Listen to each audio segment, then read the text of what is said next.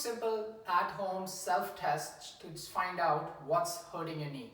So one common thing is meniscus irritation. So meniscus is a soft tissue structure which provides stability on the knee. If at all it is deteriorated or irritated over a period of time with arthritic changes or some wear and tear of the knee with various sports that we've played, then it could be positive. So one way to simply test that by yourself is to stay on that foot, injured foot or the painful leg, and then you'd want to turn over to one side, and then similarly you would want to turn over to the opposite side like this.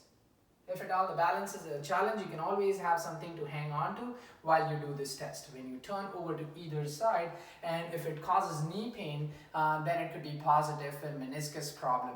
Now, if at all it didn't bring on any pain, then you'd want to advance this test by squatting a little bit, bending over, and then doing same sort of a test where you go over to one side, and then you would turn all the way to the opposite side as well.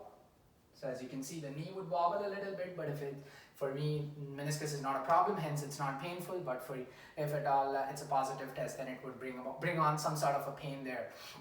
Important thing is the foot stays planted right there without allowing it to move. Second test that I would do in the clinic is called as a step-up test. So if you watched my last video, we talked about how important it is to have good hip strength and a very nice ankle control to provide good stability on your knee. If any of those things are compromised, then it could cause a lot of knee problems. So what you're going to do is stay in state of a mirror. In this case, you guys are my mirror here for this video, but you'd want to stay in front of a mirror and have a step like this.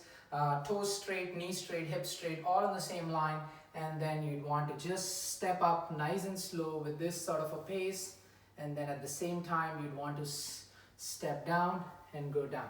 So I don't have any knee problem, but if at all, if I would have had, then so ideally this knee stays a little further out of your toes or stays straight. But with the poor hip control or ankle problem, this knee could just actually go in, or in order to overcompensate avoiding of that knocking knee, then I would just have some sort of a tilt of my pelvis. Ideally, you'd want to try and keep this belt line leveled of your pelvis, but when we have some biomechanical problem, then these are the changes that you would see people doing. If at all you find those things to be positive in your case, then it could be your hip musculature, poor knee stability, or ankle control, or your pelvis problem could be causing undue strain on your knee and could be the reason for your problem. Now, hopefully you find this helpful. On my next video, we're going to talk about some actual solution and remedy towards solving knee pain. So until next time.